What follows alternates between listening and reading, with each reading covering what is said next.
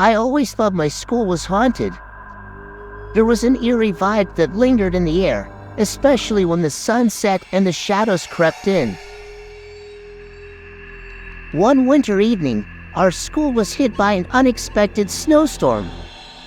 The teachers decided to let us go home early, hoping to beat the worst of the weather. I remember the excitement in the air as we packed our bags, ready to make snowmen and have snowball fights.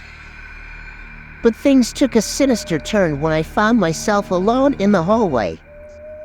The school, usually bustling with noise, was now silent. I called out, but my voice echoed eerily, bouncing off the walls.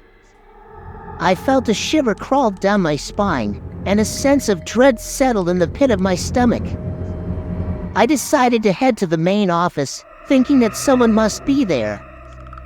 As I walked, the lights flickered, casting unsettling shadows that danced on the walls. When I reached the office, it was empty. I checked the classrooms, the library, even the gymnasium, but there was no one to be found. Panic set in. I pulled out my phone to call my parents, but there was no signal. It was as if the entire world outside those school walls had ceased to exist. I was trapped, alone, in a school that seemed to have come alive with malevolent energy.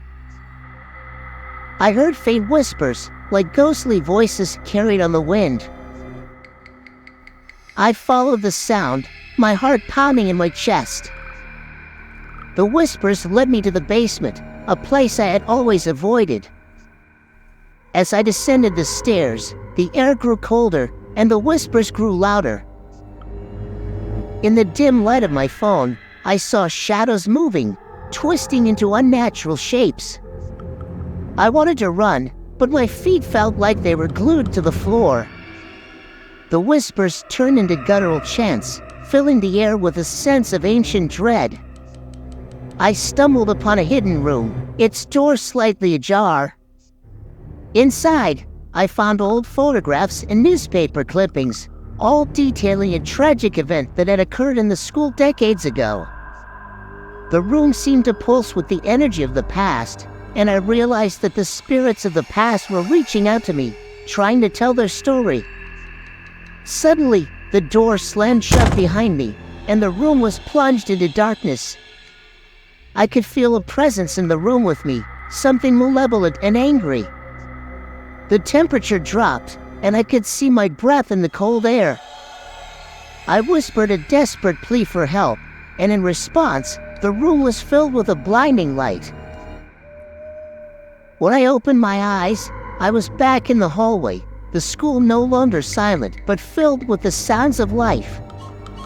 I ran outside, gasping for breath, and never looked back. But the memory of that night haunts me, a reminder that some places are better left untouched, and some stories are better left untold.